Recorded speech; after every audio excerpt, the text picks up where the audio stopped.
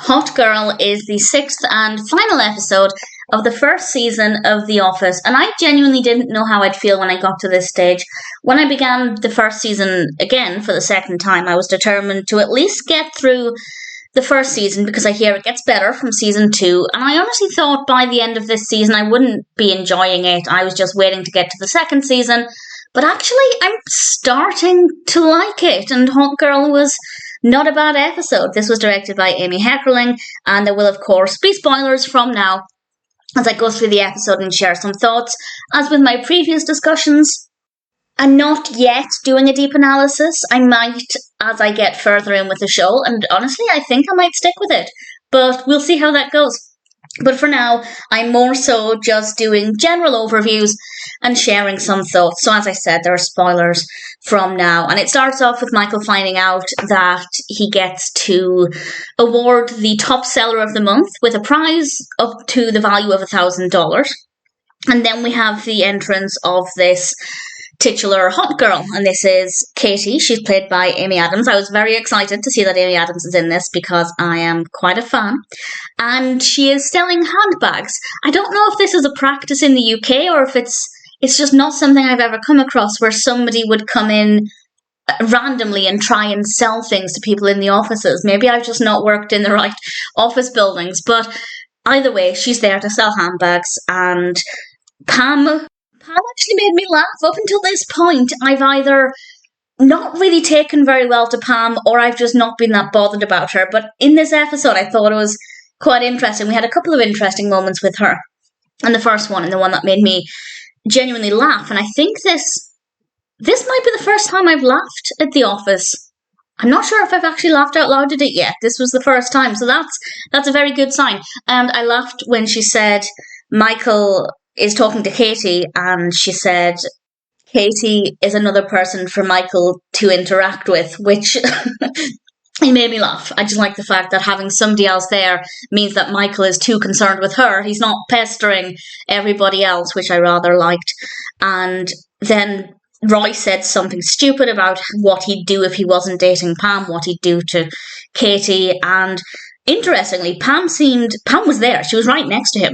And she seemed more bothered about the fact that he'd said dating, not engaged to, than the fact that he'd basically just said he would do another woman if he wasn't with her. And I mean, that's probably a fair statement. If you're not with somebody, then what's stopping you, I guess? But it's still not something you say next to your fiancé. And she walks away upset. And then Dwight, I loved Katy in this moment. Dwight decided he was going to ask Katy out. He tried to get a moment alone with her, but she didn't want to talk privately with him, so he just came out with it while she was showing the purses to somebody else. Do you want to go on a date? And she said no. As clearly as that. Not no because, not no sorry I can't because of this reason, just no. And I love that, and I think that practice should be celebrated. It is a common statement that no is a complete sentence, and here we have Katy really showing that, and I rather respected her for that. Michael then comes back in, and he's got the prize for the top seller, but it's also something that's clearly meant to impress Katy, because it's a Starbucks digital barista, as he calls it, and Katy drinks coffee, and for some reason Michael has really latched onto that. I'll be honest though, if it were me in Katy's shoes and somebody was trying to butter me up by offering me coffee all of the time, you're going to get my attention, because coffee is a very strong way to my heart, but Katy's not that bothered about it. And Michael ends up using the coffee machine, claiming that it can be washed, it can be cleaned, and he then tells Katy, in fact, that he's going to give her a ride home, and he was very forceful about it, and I think mainly just to get him to shut up, Katy finally agreed, and I think that for me is probably the worst.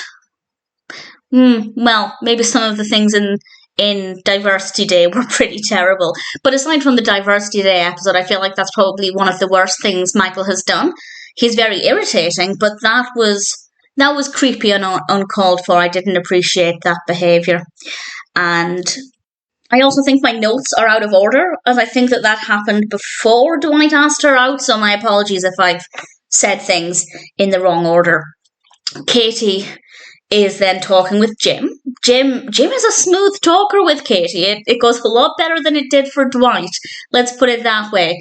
And then the next thing we know, Pam is walking up to Jim when he's at his desk, and he says that he's going to spend time with Katy at the weekend once Pam asks him what he's doing.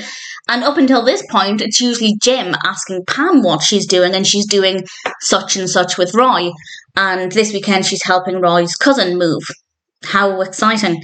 And there was a moment where, I don't want to say it's jealousy, but there was something that unsettled Pam about hearing that Jim was spending time with Katy. And then at the very end of the episode, when Katy is getting in Jim's car, there is a moment where she looks at him, and there's definitely something there. And up until this point, while I kind of always felt that there was something there, it really seemed to be one-sided.